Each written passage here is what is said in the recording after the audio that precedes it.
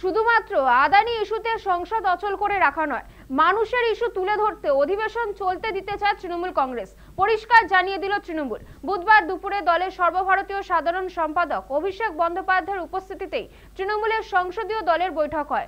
সংসদের চলতি অধিবেশনে তৃণমূল কোন কোন বিষয়ে জোর দেবে তা আগেই ঠিক করে দিয়েছেন তৃণমূল সুপ্রিমো।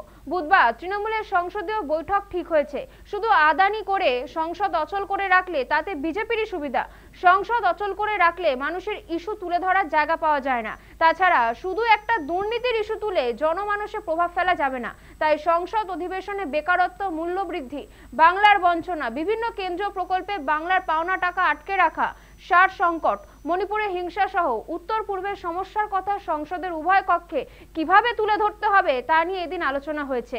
ঠিক করা হয়েছে ধর্ষণ রুখতে যে অপরাজিতা বিল পাশ করানো হয়েছে সেটা পাশ করানোর দাবিতেও সংসদে আওয়াজ তুলতে চায় তৃণমূল।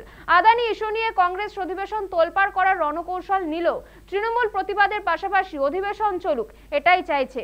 অধিবেশন না চললে তৃণমূলের যে সমস্ত নিজস্ব বিষয় রয়েছে তা সংসদে তুলে ধরার সুযোগই মিলবে না, আর তা কোনো মতেই চাইছে না তৃণমূলের শীর্ষ নেতৃত্ব। এদিকে বুধবারও কংগ্রেসের ডাকা ইন্ডিয়া জোটের বৈঠকে যোগ দেননি তৃণমূলের কোনো প্রতিনিধি। মহারাষ্ট্র এবং হরিয়ানায় কংগ্রেসের ধাক্কার পর তৃণমূল স্পষ্ট করে দিতে চাইছে একপাক্ষিকভাবে কংগ্রেসের এজেন্ডা চলতে তারা রাজি নয়। তৃণমূলের তরফে বলা হচ্ছে সংসদে বিজেপিকে কোনো রকম ভাবে জমি ছাড়ার কোনো প্রশ্নই নেই। সংসদ অচল করে রাখতে চায় না তৃণমূল। ইন্ডিয়া জোটের শরিক কংগ্রেসকে পরোক্ষে বুঝিয়ে দেওয়া হলো তাদের নেওয়া একপাক্ষিক সিদ্ধান্ত মেনে নেওয়া হবে না।